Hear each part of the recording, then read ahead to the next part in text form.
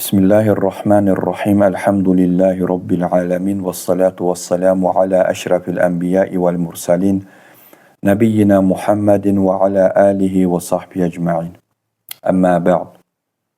Yenə də şəri ruqiyyə haqqında silsiləvi dərslərimiz davam eləyir. Və şeyx burada bir bab gətirir, mövzu açır və mövzunun adı Allahı qoru ki, Allah da səni qorusun. Bu çox önəmli məsələdir. Çünki insan şeytanlardan, cinlərdən, gözdəymədən, həsəddən qorunmaq üçün mütləq Allahın qoruması olmalıdır onda. Əgər Allahın qoruması olmarsa, o insan daima təhlükə altında olar. Və burada şeyx hədis gətirir İbn Abbas radiyallahu anhumədən və İbn Abbas radiyallahu anhumə deyir ki, mən deyir Peyğəmbər sallallahu aleyhi və səlləmin arxasında minikdə oturmuşdum deyir. Və o mənə dedi, ey oğlum, ey oğul, mən sənə deyir kəlmələr bir neçə kəlmə öyrədəcəyəm. Və sonra Peyğəmbər sallallahu aleyhi və səlləm buyurur ki, Allahı qoru ki, Allah da səni qorusun. Allahı qoru ki, onu öz qarşında tapasan. Və şeyx buyurur ki, ey müsəlman qardaşım, Allaha itaət etməklə onun haqqını qoru ki, o da səni öz himayəsi ilə qorusun. Onun sərhədlərini, yəni haramlarını, dinində olan haramları, Allahın haqlarını və onun əmirlərini qoruyub saxla ki, o da səni bütün hallarında qorusun. Və xəbərin olmadan sənə gələn pislikləri, cin və insan zərərlərini dəf etmək üçün mələkləri sənin üçün vəzifələndirsin. Burada fikir verək, baxaq ki, insan nə qədər Allahın dinində Allahdan qorxan birisi olarsa, onun əmir və qadağalarını yerinə yetirərsə, Allahın qoruması altında daha çox olar. Allah o adamı daha çox qoruyar. Mücahid Rəhməllah buyurur ki, heç bir bəndə, elə bir bəndə yoxdur ki, deyir, onun üçün Allahın vəzifələndirilmiş bir mələyi olmasın. O mələk onu yuxuda və oyaq halında cinlərdən, insanlardan və zərərli həşərat və heyvanlardan qoruyar. Onlardan hər hansı biri ona zərər vermək istədikdə, mələk ona geri çəkil deyər. Allahın izin verdiyi bir şey olarsa, o ona toxunar, yəni o ona üz verər. Yəni, artıq bu qərar verilər ki, artıq bu şey onu dəyməlidir, artıq o mələklər ona mane ola bilməz. Amma belə digər hallarda mələklər insanı zərərli hər bir şeydən qoruyur. Allah Subhanahu taala bu mələkləri insan üçün vəzifələndirib. Və sonra şeyx burada insanı sehirdən, həsəddən, gözdəymədən və şeytanların zərərlərindən qorumaq üçün bir neçə əməli zikr edir. Və bu əməllərin ən birincisi namazdır. Və şeyx buyurur ki, kim namazı vaxtında şərtlərinə və rukunlarına riayət edərək onu qılıb qoruyarsa, o namaz onun üçün Allah tərəfindən qorunması üçün bir zəmanət olar. Bir əmin-amanlıq olar və bir qoruma olar. Necə ki, Cündəb bin Abdillah radiyallahu-dan gələn hədisdə Allah Nəbisi sallallahu aleyhi və səlləm belə buyurur. Mən sallə subhə fəhuvə fi zimmətilləh. Kim sübh namazını qoruyarsa, o adam Allahın zimməsi altında olar. Və İmam Nəvavi rəhməhullah Müslimin şərhində buyurur ki, zimmə deyildiyi zaman bu hədisdəki zimmə, yəni Allahın zəmanəti, onun qoruması üçün bir zəmanət, Allahdan bir əminamanlıq, yəni həmin hədisdə keçən zimmə sözünün mənası budur. Həmçinin Əbu Dərda radiyallahu da, həmçinin Əbu Zər radiyallahu da gələn hədisdə Deyir ki, Allah Peyğəmbər sallallahu əleyhi və səlləm öz Rəbbindən belə rəvayət edir.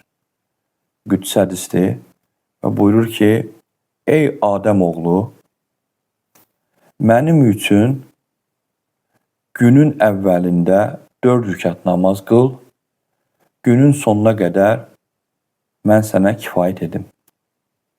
Və burada alimlər zikr edirlər ki, günün əvvəlində olan 4 rükət namaz deyildiyi zaman, bəzi alimlər deyirlər ki, bu duha namazıdır, 4 rükət qılınan duha namazı. Və bəzi alimlər isə zikr edirlər ki, burada olan, günün əvvəlində olan namaz sübh namazıdır. Yəni fərzi və sünnəsi ilə birlikdə. Hər bir halda insan gündə, o gün ərzində bu 4 rükət namazı qılarsa, axşama qədər Allahın qoruması altında olar. Həmçinin Huzeyfə radiyallahu-dan gələn hədisdə buyurur ki, Peyğəmbər sallallahu aleyhi və səlləmə hər hansı bir iş çətin gəldiyi zaman deyir, namaz qılardı. Və İbn-i Qayyim rəhməhullah namazın faydaları haqqında zikr edir ki, və buyurur ki, namaz ruzunun gəlməsinə səbəbdir. Çoxlu faydalarını zikr edir. Və sonra buyurur ki, sağlamlığı qoruyur. Zərəri insandan dəf edir. Xəstəlikləri insandan uzaqlaşdırır və qəlbi gücləndirir, üzü nurlandırır, nəfsə sevinç gətirir. İnsanın bədənini zəifliklərdən qoruyur, insanı tənbəllikdən qoruyur. İnsanın əzalarına, bədən üzvlərinə fəallıq gətirir və həmçinin insanı gücləndirir. İnsanın bədənini gücləndirir, güc artırır. İnsanın sinəsini genişləndirir. İnsanın ruhunu qidalandırır, qəlbi nurlandırır və insanda olan neymətləri qoruyur. İnsana gələn bəlaları ondan uzaqlaşdırır və bərəkəti insanın həyatında, ümumiyyətlə bütün həyatında olan bərəkəti ona cəlb eləyir və şeytanları ondan uzaqlaşdırır və insanı aləmlərin Rəbbinə, rəhmən və rəhm olan Allaha yaxınlaşdırır. Deyir, ümumilikdə deyir, namazın qulu, bədənə və qəlb sağlamlığının qorunmasında, namazın bədən və qəlb sağlamlığının qorunmasında, qəlbin və bədənin güclənməsində və bədənə və qəlbə gələn zərərli şeylərin onlardan uzaqlaşdırılmasında möcüzəvi, heyratamız bir təsiri var. Və deyir, 2 nəfər, məsələn, deyir, hər hansı bir bəlayı 2 nəfərə üz verdiyi zaman, hər hansı bir xəstəlik, sınaq, müsibətə düçar olduğuna zaman 2 nəfər, o 2 nəfərdən namaz qılanın payı bu müsibətdən, xəstəlikdən digər o namaz qılmayana nisbətdə daha az olur. Və namaz qılanın bu müsibətlərdən nəticəsi, sonu daha salamat olur. Yəni, namaz insanı daima qoruyan əməllərdəndir. Həmçinin şeyx yenə də davam edir, deyir ki, namaz haqqında ki, namazın deyir, dünyada olan şərləri dəf etməkdə insandan olan o dünya şərlərini, namazın insanda olan o dünya şərlərini insandan dəf edilməsində deyir, yəni deyir, çox dəhşətli, çox heyratamız bir təsiri var.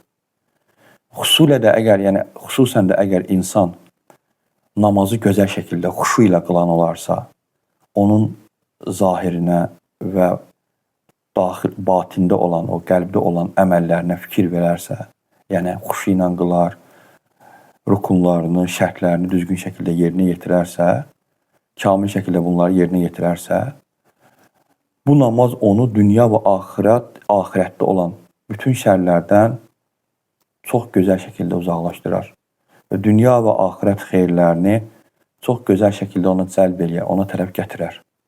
Və bunun sirridir bundadır ki, deyir, namaz deyir, insanın Allaha olan bağlılığıdır. Bir bağdır, insanın Allahla olan bir bağlılığıdır.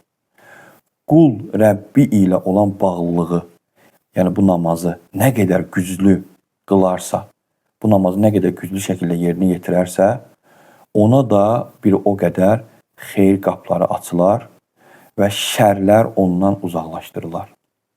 Və Rəbbindən ona daima afiyət, müvəffəqiyyət, həmçinin sağlamlıq, ruzi, daima ruzi nəsib olar. Ona çoxlu zənginlik üz verər. Dünya və qəlb zənginlikləri. Ona daima rahatlıq üz verər. Və insanın qəlbi nemət və sevinç içində olar. Xoşbəxt olar.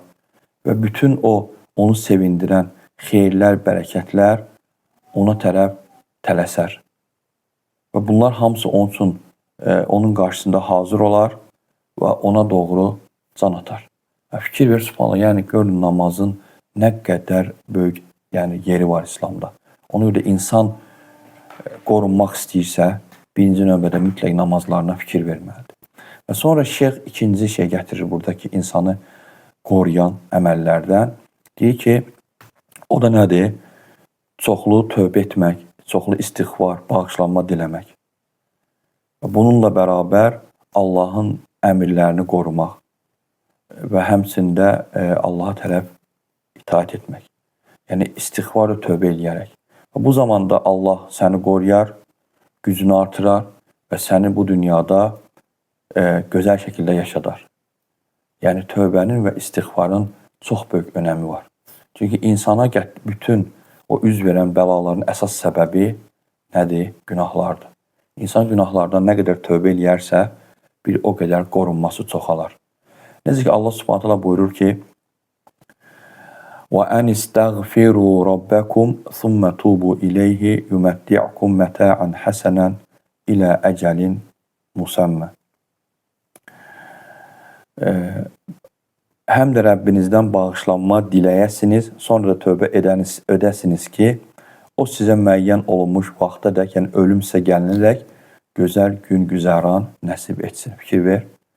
Yəni insanın gözəl gün güzərana sahib olması üçün Allah Subhanahu şərti qoydu, istiğfar eləməyi. Və həmçinin Hud əleyhissalam öz qövmünə belə deyir Quran-ı Kərimdə, Allah Subhanahu onun dilindən gətirir. Və ya qavm istəğfiru rabbakum thumma tubu ilayhi yursilis samaa alaykum midrara və yazidkum quvvatan ila quvvatikum və la tatawallaw mujrimin. Ey qövmüm, Rəbbinizdən bağışlanma diləyin, sonra da ona tövbə edin ki, göydən sizə bol-bol yağış yağdırsın və gücünüzü daha da artırsın. Dəvətimdən günahkarcasına üz çevirməyin. Fikir verin, nə dedi Peyğəmbər onlara? İstiğfar edin, tövbə edin və bu da nə gətirsin sizə? Göydən bol-bol yağış. Yəni dünya bərəkəti gətirsin, dünyada olan nemətləri versin sizə. Həmçinin gücünüzü də artırsın. Bu da onu göstərir ki, tövbə və istiğfar insanı qoruyan ən böyük səbəblərdəndir. Və üçüncü şeyx burada insanı qoruyan səbəblərdən günahlardan çəkinməyi gətirir. Yəni günahlar Allahın dininin sərhədləridir. İnsan o sərhədləri aşmamalıdır. Çünki necə ki sən dünyada bir insanın qorunduğu ərazisinə girərsənsə, sərhədini aşıb girərsənsə ora, o səni cəzalandırar. Allahın da sərhədlərini aşan insan cəzalandırılar. Ona görə insan gərək günahlardan çəkinsin. Çünki günahların qəlbə, bədənə, ruziyə, övladlara və evlərə mənfi cəhətdən böyük təsiri var. Günahlar şeytanların insana hakim kəsilməsinin, müsibətlərin nazil olmasının ən böyük səbəblərindəndir. Ən böyük səbəblərindəndir. Fikir verin, Allah Subhanahu taala bu ümmətin ən xeyirli insanları olan sahabələr haqqında nə buyurur? O zaman ki onlar, yəni ki Uhud döyüşündə iştirak elədilər, onlar məğlub olurlar Uhudda. Və belə bir ayə nazil olur. Allah Subhanahu buyurur ki, siz Bədirdə onların başına 2 qat müsibət gətirmiş olduğunuz halda Uhudda başınıza bir müsibət gəldiyi zaman bu haradan gəldi söylədiniz. Bu sizin özünüzdəndir. Həqiqətən Allah hər şeyə qadirdir. Yəni sahabələr Bədirdə qalib gəlmişdilər. Sayları az olmalarına baxmayaraq. Lakin Uhudda sayları çox olmalarına baxmayaraq onlar məğlub oldular və məğlub olduqları zamanda nə dedilər? Bu haradan gəldi? Və Allah Subhanahu taala buyurur ki, ayənin sonunda, de, bu sizin özünüzdəndir. Subhanallah. Yəni günahlarınıza görə sizə məğlubiyyət gəldi. Və gör indi o cürlə sahabelərə adi bir neçə günaha görə bu müsibət gəldisə, gör günahlar içində batan insan, Allahın fərzlərini tərk edən insan və həmçinin də Allahın bizə əmr etdiyi o zikirlərdən, qoruyucu zikirlərdən uzaq düşən insanların halı necə olar? O necə məğlub olmasın Allaha ki, şeytana ki? Yəni o adam şeytana daha çox məğlub olmağa layiqdir. Çünki heç bir qoruyucu vasitə götürmür insan özünə. İbn-i Qayyim rəhməhullah burada gözəl bir fayda gətirir və buyurur ki, yəni o şeytanların insana müsallat olmasının əsas səbəblərindən biri də o şeytanlar o insanlara hakim olur ki, o səbəb ondan ibarətdir ki, deyir, onlar dinlərində zəif olurlar. Və qəlblərinin və dillərinin Allahın zikrindən uzaq olur onlar. Yəni onların qəlbləri, dilləri Allahın zikrindən uzaq olur və dinləri zəif olur. Və Peyğəmbərimiz sallallahu aleyhi və səlləmin bizə öyrətdiyi o qoruyucu zikirlərdən, əməllərdən qəlbləri və dilləri, əməlləri uzaq olur. Bu adamlara şeytan musallat olur çox vaxt. Belə bir halda həmin o şeytanlar insana silahsız, müdafiəsiz bir vəziyyətdə rast gəlir. Yəni insan zikr eləməyəndə, əməllər eləməyəndə şeytanla qarşılaşdığı zaman sanki şeytan insanın düşmənidir. İnsan düşmənlə qarşılaşdığı zaman heç bir silahı, heç bir qoruyucu vasitəsi olmur. Onda təbii ki, düşmən sənə qalib gələcək. Sanki sən çılpaqsan. Ona görə də şeytan insana təsir edir o anda. Əgər, şeyx deyir ki, əgər pərdə qalxsa, yəni ki, biz həqiqətləri görə bilsək, görərik ki, yəni insanların çoxsu şeytanların təsiri altındadır. Onların əsirliyi altındadır. Onların nəzarətindədir. Və onlar, o şeytanlar onları istədiyi yerə aparır və bunlar da, əmin insanlar da ona mane ola bilmirlər. Sanki şeytanlar onların üzərində hakimdirlər. Və bu da insan haçan bunu anlayır. Belə insanlar görürsən ki, sonradan Quranla müayinə olunduqları zaman, zikirlərə sarıldıqları zaman, ibadətə sarıldıqları zaman bu şeytanlar onlardan ayrıldıqda onlar necə təsir altında olduqlarını görürlər və hiss edirlər. Və ona görə də Allahdan kömək istəmək lazımdır. Yəni şeyxin demək istədiyi budur ki, yəni sən şeytanla qarşılaşdığın zaman hər bir halında, əgər zikirsizsənsə, ibadət halında deyilsənsə, onun sənə qalib gəlməyi, yəni ki, çox güman ki, o sənə qalib gələcək. Çünki sən heç bir qoruman yoxdur ona qarşı, heç bir silahın yoxdur, heç bir zikrin, ibadətin yoxdur. Sən necə o xəbis düşmənə qalib gələ bilərsən?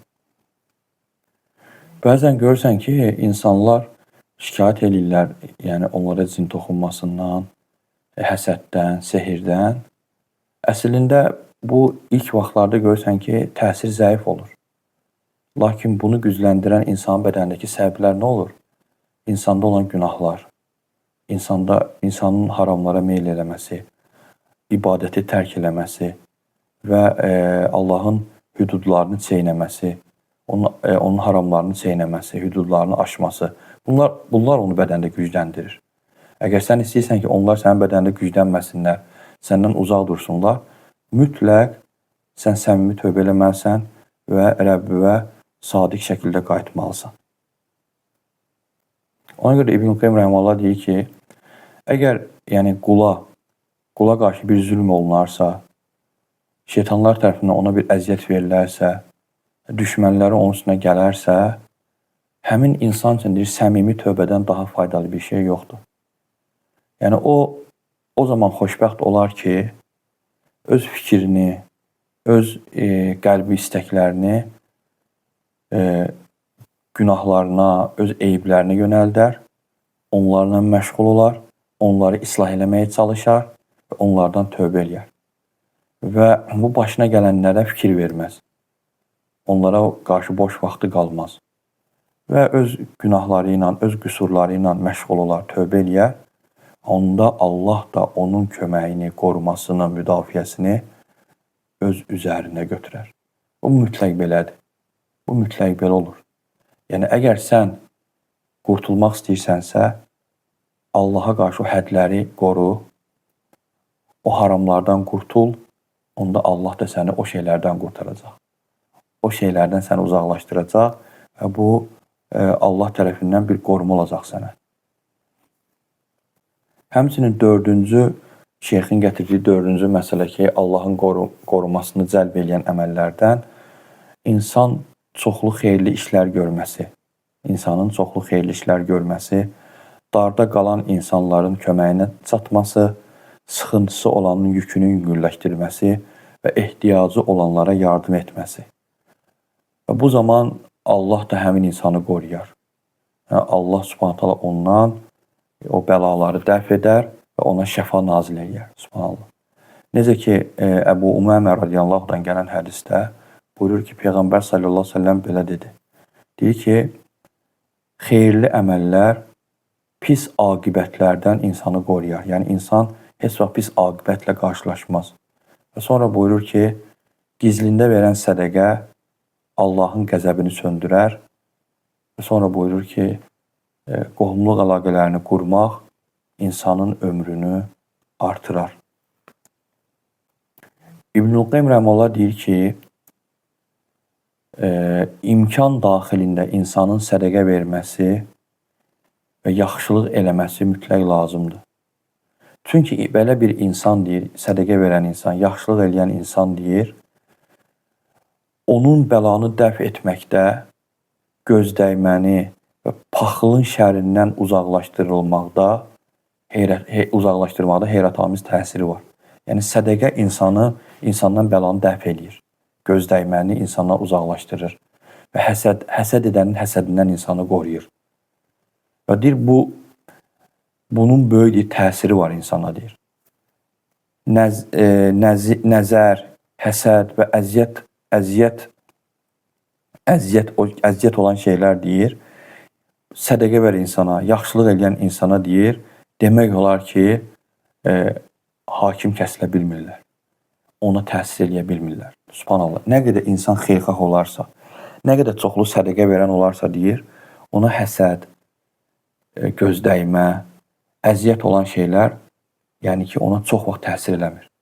Əgər təsiri olsa belə yenə deyir, ona Allah tərəfindən kömək olunur və bu şeylərin ona təsiri zəif olur, deyir.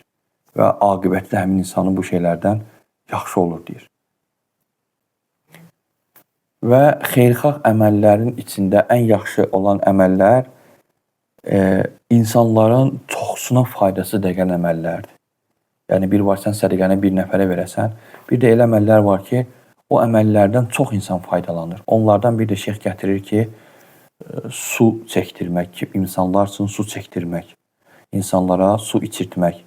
Necə ki, gətirir ki, Səad İbni Ubədə radiyallahu anhudan gəlir ki, o deyir ki, ey Allahın Rəsulu, Səadin anası deyir, dünyadan köçüb. Onun üçün hansı sədəqə vermək daha əfsəldir? Hansı sədəqəni onun üçün vermək daha əfsəldir? Çünki ölü üçün sədəqə vermək icazəlidir. Onun adından sədəqə vermək icazəlidir. Və bu sahabə də soruşur ki, ana üçün sədəqə vermək, hansı sədəqə vermək daha xeyirlidir? Və Peyğəmbər sallallahu əleyhi və səlləm buyurur ki, su içizdirmək, yəni onun adından insanlara su içizdir. Onda sahabə də quyu qazdırır və deyir ki, bu Səadin anası üçündür. Yəni, onun adından bu quyunu qazdırır və hər dəfə oradan su içildiyi zaman ona sədəqə gedir, sədəqə yazılır. Həmçinin İmam Beyhaqi rəhməhullah İbn Mübarəkdən rəvayət edir ki, Abdullah Mübarəkdən ki, bir insan, bir kişi Abdullah Mübarəkdən soruşur ki, ey Əbu Abdurrahman, 7 ildir deyir, dizimdə bir yara var. Yəni, müxtəlif müalicələr etdim, deyir. Həkimlərə müraciət etdim. Lakin heç bir fayda görmədim, deyir. Və Abdullah Mübarək ona deyir ki, get insanların su ehtiyacı duyduğu bir yer tap. Harda suya ehtiyacları var. Və orada quyu qaz. Ümid edirəm ki, oradan su çıxacaq və sənin o yarandakı qanaxma dayanacaq. Və həmin kişi bunu eləyir və nəticədə sağalır. Subhanallah, fikir verin. Yəni, sədəqənin insana üz verən xəstəliklərin sağalmasında, ona üz verən bəlaların aradan qalxmasında görün nə qədər böyük təsiri var. Sonra İmam Beyhəqi rəhməhullah özü bir dənə möcüzəvi bir qissə zikr edir burada ki, bu mənaya uyğun ki, deyir ki, şeyxim deyir, Əl-Hakim Əbi Abdillah deyir, yəni ki, İmam Beyhəqinin şeyxi olan Əl-Hakim Əbi Abdillahın deyir, onun deyir, üzünə bir yara çıxmışdı deyir. Subhanallah. Və deyir, onu deyir, müxtəlif dərmanlarla müalicə elədi və o ondan getmədi. Və deyir, bu yara onun üzündə deyir, bir ilə yaxın qaldı deyir. Sonra deyir, həmin Hakim Əbi Abdullah gedir öz müəlliminin yanına, İmam Əbu Osman Əs-Sabuni rəhməhullahın yanına ki, onun üçün cümə günü olan məclisində dua eləsin. Dua eləsin ki, bu yara ondan geçsin. Və o da dua edir onun üçün və insanlar da, həmin məclisdə olan insanlar da ona amin deyirlər o duaya. Və növbəti cümə günü gəldiyi zaman bir qadın məktub gətirir. Məktubda qadın yazır ki, mən keçən dəfə o məclisdə ki, siz dua etdiniz, o məclisdən deyir, evə getdim deyir və Hakim rəhməhullah üçün deyir, dua elədim. Hakim Əbu Abdullah üçün deyir, dua elədim. Həmin gecə qalxdım deyir, dua elədim. Qadın deyir. Və yuxumda deyir, sonra Peyğəmbər sallallahu aleyhi ve selləmi gördüm. Və o mənə dedi ki, gedin Əbu Abdullaha deyin ki, insanlar üçün, müsəlmanlar üçün su çəkdirsin. Onlara su içirdirsin. Subhanallah. Və İmam Beyhəqi deyir ki, mən məktubu gətirdim, həkimə verdim. O da oxudu. Və sonra deyir, əmr etdi ki, evinin qabağında, evinin qarşısında insanların su içməsi üçün bir şey o vaxt düzəldirdilər. Oradan insanlar gəlib su içirdilər, quyu kimi. Onu deyir, düzəltsinlər evinin qabağında. Və o tikiləndən sonra ora su tökdürür və buz atdırır ki, su sərin olsun. Və insanlar da oradan başlayırlar su içməyə.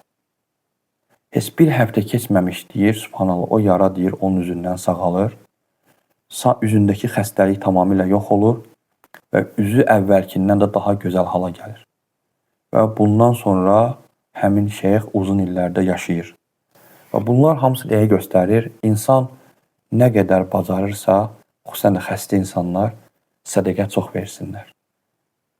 Sədəqəni çoxaltsınlar, yaxşı əməlləri çoxaltsınlar ki, dediyimiz kimi sədəqə, yaxşı əməllər bəlanın dəf olunmasında, onlardan, o xəstəliyin o adamdan getməsində böyük təsiri var. Allahdan istəyirəm ki, Allah subhanahu taala bizə eşitdiyi faydalananlardan eləsin. Düzün Allah bilir. Və sallallahu alə nəbiyyinə Muhammedin və alə alihi və sahbihi ecmaîn.